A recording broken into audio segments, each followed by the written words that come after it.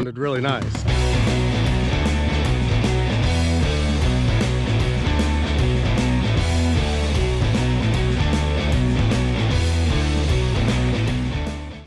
Hey guys, welcome back to the channel. Back on the LS Swap Camaro still today. Continuing on button up a few things as far as wiring goes. I do have the starter wiring hooked back up. Basically it's already buttoned up, ready to go as far as firing up again. But a few parts I had to get ordered that actually is going to delay us getting this thing fired up on this video. I wanted to show you I have a new oil filter relocation kit here and a few -10 fittings and lines, but actually I'm waiting on two 90-10 fittings to go on the oil pan. That way I can go to that new adapter relocation and some line, as well as some turbo feed line so I can plug it off for now. So I'm waiting on that. Parts are ordered. So that's basically the last thing I'm waiting on to fire this thing back up in order to see if we have any water in the oil issues, fuel issues, if we just fire it back up and everything's cool, and then we'll be ready to go. But yeah, I did go ahead and get out of the storage unit in the corner the Ford 88 that I'm going to be putting out underneath this car. This thing I bought out of an Explorer in the junkyard. And as you can see, it doesn't have a rear cover, but everything looks really clean on the inside. I'm going to keep the rear disc and convert this thing to rear disc, which should be easy because a lot of these third-gen Camaros, the IROCs, had rear disc brakes, so I just have to buy one of the new master cylinders for rear disc or all-wheel disc. Probably go ahead and get new calipers. I don't know how long these were sitting in the junkyard, but fairly cheap parts, really. I'll just put stock stuff back on it. But the one major thing you have to do with these rear ends is the passenger side, actually, you have to cut and shorten. Probably about 1 inch or 2. You can kind of see it's a little bit longer. But what you do is you just buy another driver's side axle and then measure this side, the distance, the length of it, and then just cut the tube right in the middle, bring them together, weld it up, and then it's ready to go. And then you have a little bit shorter rear end. Will fit nicely under this Camaro. The one thing I will have to do is do quite a bit of fabrication on the rear end mounts for the third link and the control arm, sway bar, and everything like that. I'm going to have to cut all these existing mounts off. I think this hard brake line is actually still good, but I'm going to have to get rid of all this stuff for now. Cut these leaf spring mounts, these old sway bar mounts off. I'm just going to go through and completely grind and sand down both tubes completely smooth.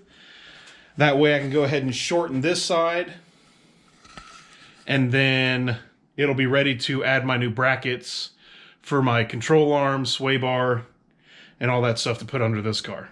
I wanted to go ahead and get started on that today. I'm going to go ahead and start tearing all this stuff off, the old brake parts, getting these brackets off, grinding this stuff smooth. I might even go ahead and pull this axle out, both axles actually, and then measure the distance. And actually I can go ahead and cut this side because I have the right axle that I need. I can just use it on this side to measure and cut. And then I can just get another axle on order, slam it in the other side, and be ready to go. So that's the plan. I'm going to do some time lapse on cutting this thing down and getting it all cleaned up. It runs pretty smooth. I am going to put probably a spool in it. I don't know if I'm going to go with a locker or not. It's a little more expensive. May even just run like a mini spool to put in place of the spider gears, or I might go the super cheap route and weld them up to get all together. So Haven't really decided 100%. The nice thing about this rear end from the Explorer, it already has 373 gears in it. So I don't have to do any gear change. I'm gonna just leave it how it is. Maybe put new axle seals in it and send it. So that's the plan for this video. I'm gonna go ahead and start going through this rear end, figuring out what I need to do as far as mounting under this car fairly easily.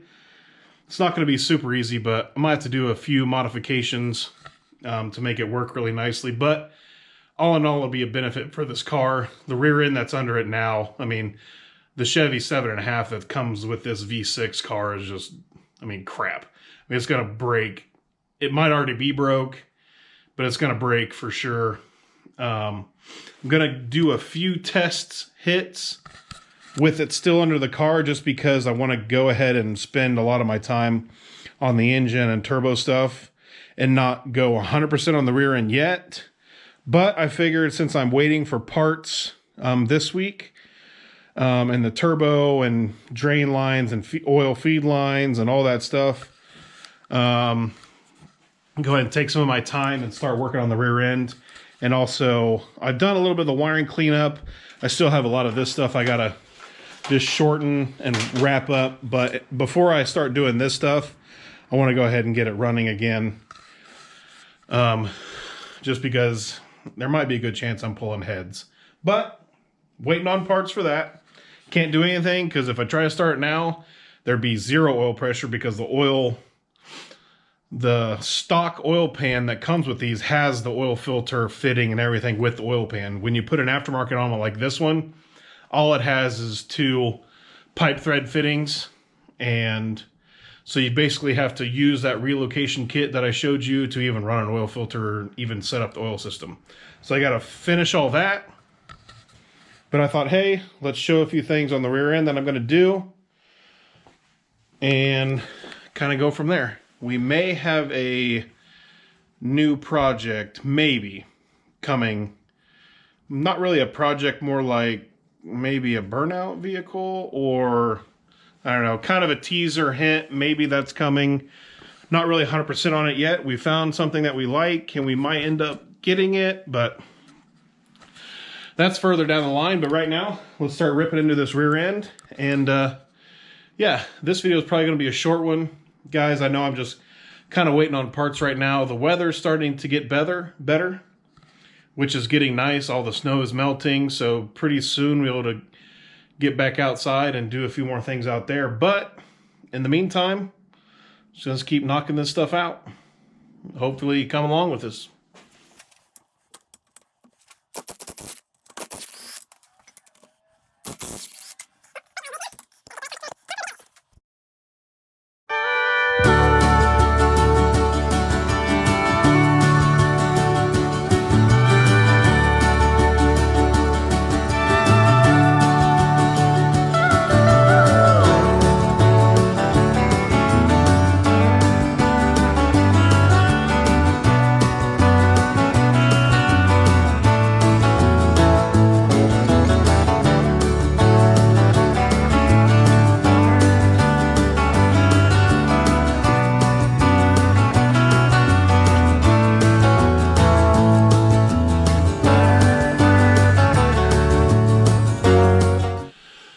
So now I'm going to go ahead and get these rotors off. There's a parking brake on the inside of them as well, but they should just hammer off. Go ahead and knock out both sides. And then I'll get these mounts cut off. Time lapse a little bit of it. Show you kind of, I'm going to hammer this one off, and then probably time lapse the rest. Kind of just have to hammer it. I think it's pretty stuck on there.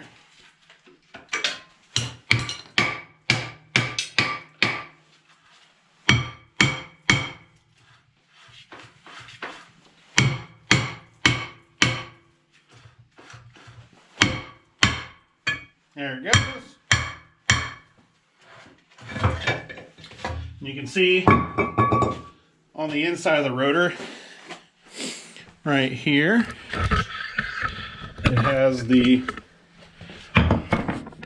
parking brake assembly, and it is all the way down to the metal.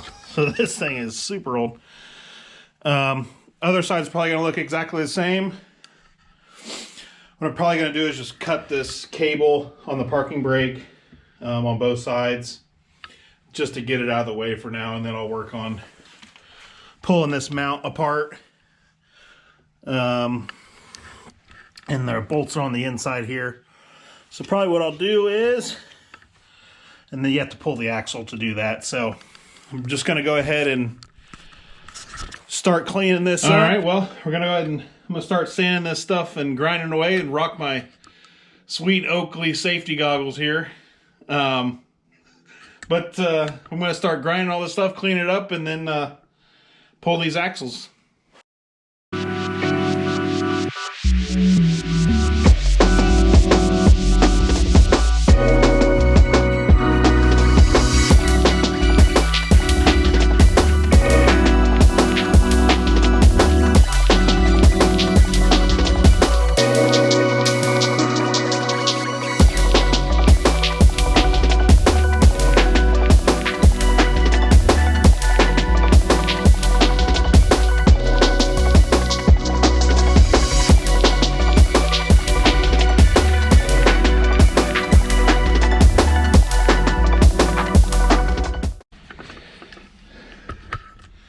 Goodness, they do not call that the death wheel for nothing.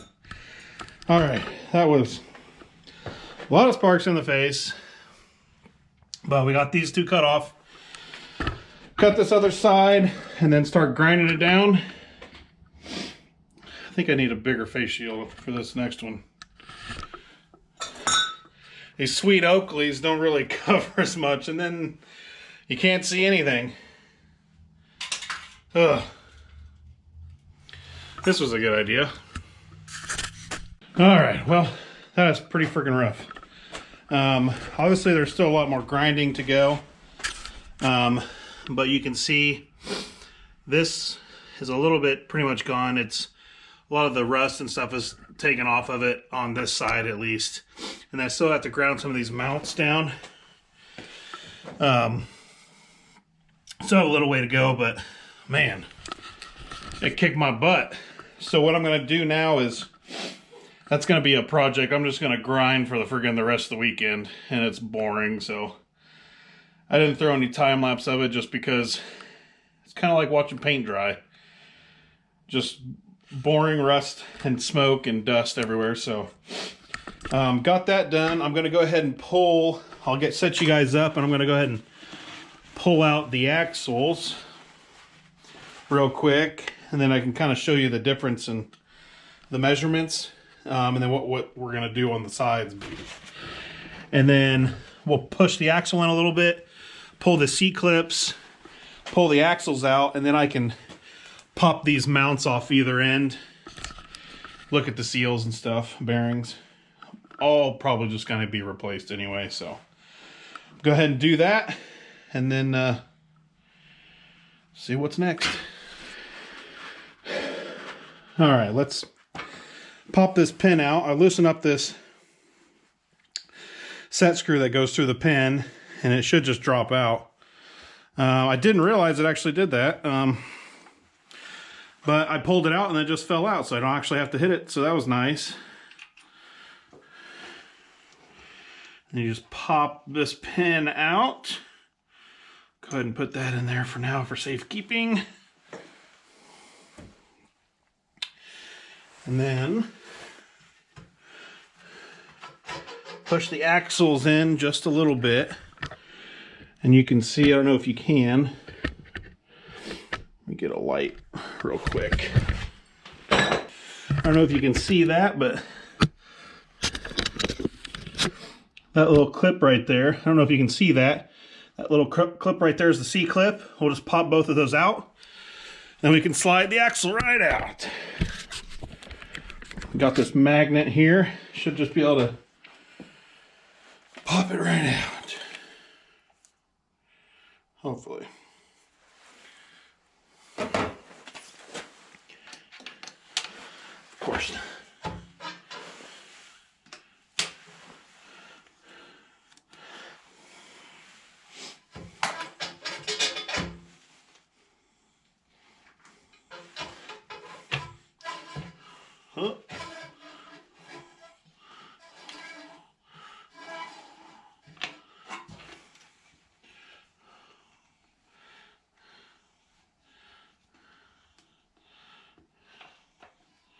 There it goes.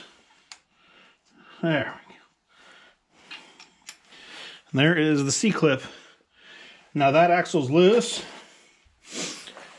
We'll go ahead and do the same thing to this side. And there's the other one. So we'll go ahead and move this axle over here.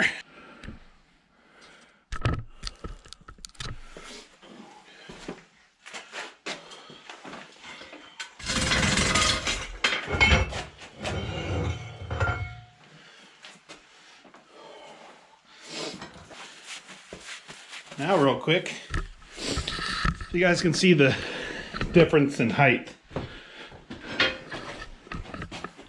It's only just a couple inches, but it's all we really need to shorten it. And what we'll do is we'll pull out, I'll get another driver's axle, shorten the, get another passenger axle and get the driver's axle shortened up. And then, yeah, these are, you can see how nasty these parking brake stuff is. It's all gross, but I'll pull these 4 bolts here. This whole face will come off. I can continue cleaning this up. Pull this off.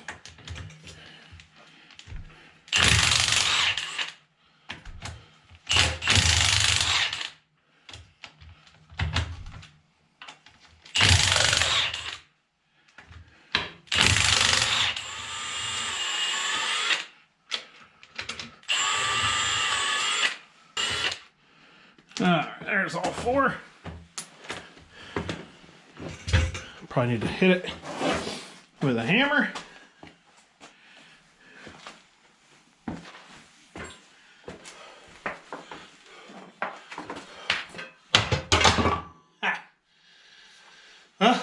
There it goes.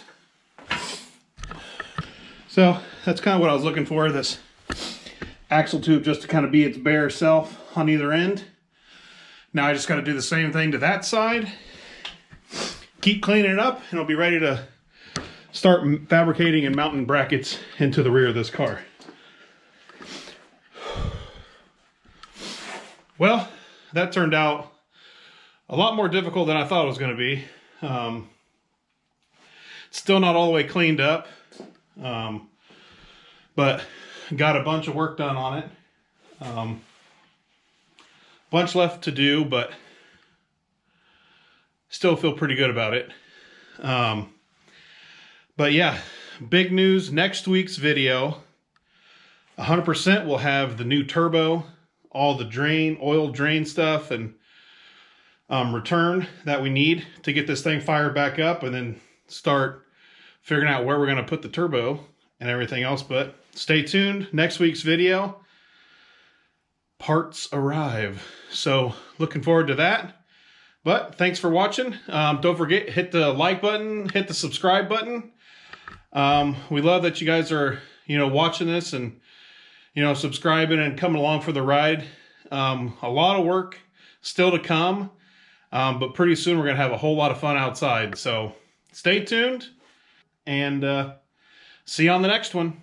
Bye.